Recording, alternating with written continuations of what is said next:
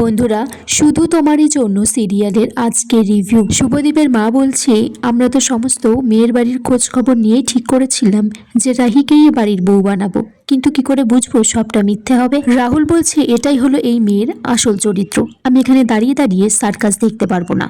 তারপর সে সেখান থেকে চলে যায়। রাহির মা তারপর শুভদীপকে বলে যে সবকিছু তো ঠিকঠাকই হয়ে গেছে বাবা, তুমি মালাটা রাহির গলায় পরিয়ে দাও। রাহি মনে মনে ভাবছে, মা এত জোর কেন করছে? মা কি তাহলে কিছু করলো না? এখন তো জিজ্ঞাসা করা যাবে না, তাহলে তো মায়ের মান সম্মানটা নষ্ট হয়ে যাবে সবার সামনে। তারপর স্টেজ শোতে যে মহিলাটি ঘোষণা করছেন, উনি রাহির মাকে বলছেন, আপনাকে দেখে মনে হচ্ছে চোরের মায়ের বড় গলা, আপনি এখান থেকে চলে যান। রাহি তারপর ফর্মটা খুলে দেখে যে তার বয়সটা ওখানে কমানো আছে আর তার ইনকাম 30,000-এর বদলে 1,00,000 টাকা লেখা আছে। রাহির মা বলছে, আমি কিন্তু কিচ্ছু পরিবর্তন করিনি রাহি, আমাকে বিশ্বাস কর। রাহির মাকে তারপর স্টেজ থেকে নামিয়ে দেওয়া হয়। শুভদীপ রাহিকে বলছে, তোমাকে আমার পছন্দ হয়েছিল, দেখে মনে হয়েছিল তুমি শিক্ষিত, কালচার, ভালো ফ্যামিলিতে থাকো, কিন্তু তোমার পরিবারের লোকের কার্যকলাপ দেখে। রাহি তারপর বাড়িতে ফিরে আসে। তার কাকা আর কাকিমা তাকে বরণ করবে বলে বাজনা ঠিক করেছে। তখন দেখে যে রাহির মুখটা খুব আপসেট হয়ে আছে।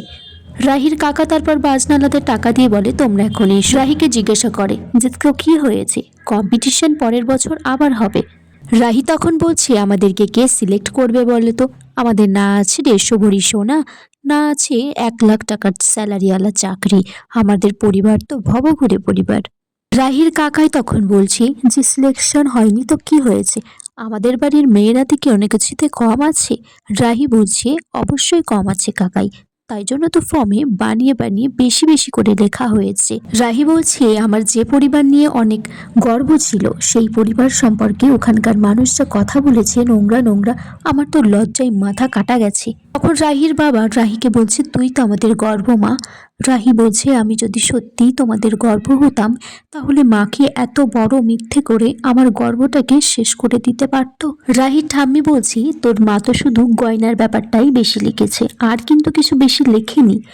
রাহি তখন বলছে, তোমরা আমেরিকা যাওয়ার জন্য এতটাই মরিয়া হয়ে উঠেছ, আজ আমার মান সম্মান সব বিসর্জন দিয়ে দিয়েছো। তিতলি তখন হ্যারিকে বলছে যে, জানিস হ্যারি, পীযূষ আমাকে বলেছিল যে ওই ঘটনার পরেও আমাকে বিয়ে করবে, কিন্তু আজ যেটা হলো, এরপর ও আমার দিক থেকেও মুখটা ফিরিয়ে নিয়েছে। রাহির মা তখন বলছি, আমি তো ওদের আমেরিকা যাওয়ার জন্যই করেছি যা করেছি। রাহির বাবা বলছি যে, সুজাতা, তোমার এখনো কি কথা বলার মুখ আছে? এদিকে রাহি তিতলিকে বলছে যে, তুই গহনার ব্যাপারটা জানতিস তিতলি, তবুও তুই আমাকে বলিসনি, তুই আর মা মিলে সবটা ঠিক করেছিস। তিতলি বলছে যে, বিশ্বাস কর দিদি ভাই, তোর বয়স আর তোর স্যালারিটার ব্যাপারে কিচ্ছু জানতাম না। রাহি বলছে, জানলে জানাতিস তো? তিতলি বলছে, জানাতাম তো। বলছে, যেটা জানতিস সেটাই তো জানাসনি। রাহি বলছে, তোদের সবার চোখে আমেরিকার নামে একটা পট্টি বাঁধা আছে, সেটা একবার খুলে দেখিস, দেখবি এর বাইরেও মান সম্মান পরিচয় আছে মানুষের। রাহুল তার বন্ধুকে বলছি, জানিস তো, তিতলি আমার কপালে নেই, কারণ দেখ, যতবার আমি পজিটিভ মাইন্ড নিয়ে যাচ্ছি, আমার সাথে নেগেটিভটাই হচ্ছে। তিতলি যদি অন্য কোনো ছেলেকে ভালোবেসে তাকে বিয়ে করে নেয়, তাহলে আমার কি হবে বলতো? তখন তার বন্ধু বলছে, তোর রক্তের গ্রুপ কি? তখন রাহুল বলছে, ও পজিটিভ। বলছে, তোর রক্তের গ্রুপ যখন পজিটিভ, তুই পজিটিভ কিছু ভাব। এদিকে জন তার মাকে মিষ্টি খাওয়াচ্ছে, বলছে যে ভালো করে মিষ্টি খেতে, আমাদের প্ল্যানের প্রথমটা সাকসেসফুল হয়েছে। জন তার মাকে বলছে যে, লোহা গরম হলে কি করতে হয় বলো তো? তার মা বলছে, হাতুড়ি মারতে হয়। জন বলছে, তাহলে চলো শুভ কাজে দেরি না করে কালকেই হাতুড়িটা মেরে আসি। এদিকে রাহি মন্দিরে পুজো দিতে গেছে, তিতলিও এসেছে পরে, কিন্তু রাহুলকে ডেকে আনে তার বন্ধু, বলে যে তিতলি মন্দিরে গেছে। সেই ফাঁকে রাহুল একটা ফুলের তোড়া আর একটা টেডি বেয়ার নিয়ে যায় তিতলিকে দিয়ে প্রপোজ করবার জন্য।